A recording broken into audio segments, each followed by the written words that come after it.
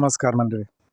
आता आपण जे पीक पाहतोय ते पीक आपण यासाठी पद्धतीने पालेभाज्या म्हणजे आपल्याला जर ज्या शेतकऱ्याला व्यापार दृष्ट्याने शेती करायची, आपल्याला ₹2 पाहिजे, घरामध्ये आहाराला पाहिजे, तर या पद्धतीने सर्वात आणि सर्वात लवकर येणारी म्हणजे पालेभाज्या. आता ही पद्धत इतकी सुंदर आहे की ह्या बेड आपल्याला कायमस्वरूपी बेड असतात. बेडवर आपण कशा पद्धतीने पालेभाज्या घेतो ते थोडक्यात आपल्यासाठी माहिती देतोय. अगोदर काय करायचे, की आपल्या बेडवर असणारं सर्व तण ग्लायफोसेटच्या सहाय्याने मारून घ्यायचं. मारल्यानंतर तुम्हाला 2 प्रकारे करता येईल, की अ, याच्यामध्ये हँडपूश सीडरच्या सहाय्याने सुद्धा आपण बियाणं टाकू शकतोय किंवा आपण विळ्याच्या सहाय्याने अशा रेषा मारून त्याच्यामध्ये आपण लागवड करू शकतोय किंवा आपण डायरेक्ट विस्तारून सुद्धा करू शकतोय. आता हे मी थोडक्यात विस्तारलेलं आहे.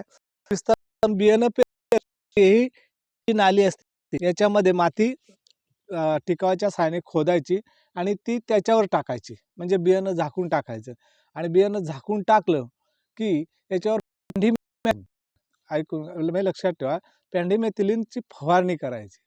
मग काय होतंय आणि बियाणं टाकताना आपल्याला सुफला 15-15 हे संयुक्त खत त्याच्यावर टाकायचं आणि मग त्याला आपल्याला पाणी घ्यायचं. पाणी घेतल्यानंतर बहुधा पाणी स्प्रिंकलरच्या सहाय्याने किंवा रेन पाईपच्या सहाय्याने जर घेतलं तर सर्वात बेस्ट राहते आणि मग त्याच्यावर आपल्याला पेंडिमेथिलिनची फवारणी करायची.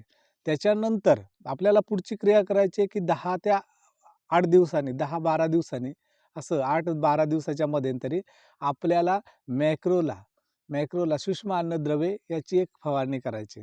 त्याच्यानंतर 16-17 दिवसांनी आपल्याला एक 19-19 या विद्राव्य खताची आपल्याला त्याच्यावर फवारणी करायची.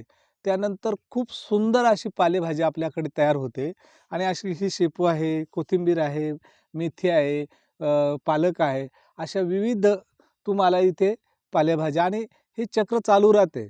एखादे आपण जेव्हा जेव्हा आपली पालेभाज्या आपण गठ्ठी करून विकायला नेतो, तो जागा जेव्हा शिल्लक राहतोय, त्या जागी समजा तिथे शेपू असेल, तर तिथे पालक टाका, मेथी टाका. लगेच तो जागा दुसऱ्या दिवशी आपण लागवड करून पुन्हा आपल्या त्याच बेडवरती आपलं सायकल म्हणजे ते चक्र चालू राहते. अशा पद्धतीने आपण आपल्या पालेभाज्याचं चक्र चालू ठेवतोय आणि सतत एकाच वाफ्यावर आपण वेगवेगळी पिकं म्हणजे पालेभाज्या घेऊन आपल्या मार्केटमध्ये आपण घेऊन जाऊ शकतोय.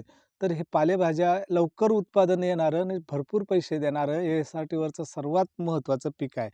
तर मंडळी, याविषयी जर आपल्याला पूर्ण माहिती हवी असेल तर आपण सगुणाबाग नेरळ येथील SRT ऑफिसमध्ये संपर्क करावा आणि तिथून ही संपूर्ण माहिती घ्यावी आणि आपल्याला किंवा आपण तिथे अजून एक करू शकतोय, तिथे येऊन ट्रेनिंग घ्यावं आणि या पद्धतीने SRT पद्धती काय आहे ती जाणून घ्यावी.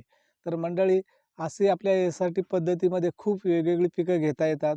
तर ह्या SRT पद्धतीचा जरूर एकदा आपल्या शेतामध्ये अवलंबून करा आणि आत्ताच्या नवीन युगाची नवीन पद्धत, लोकांबरोबर चालणारी पद्धत म्हणजे शेतकरी जो मागे आहे, तो मागे न राहता जसं जग पुढे चाललंय तशीच आपली शेतीसुद्धा पुढे जावी, अशी ही SRT पद्धत आहे. तर हिचा जरूर स्वीकार करावा. धन्यवाद.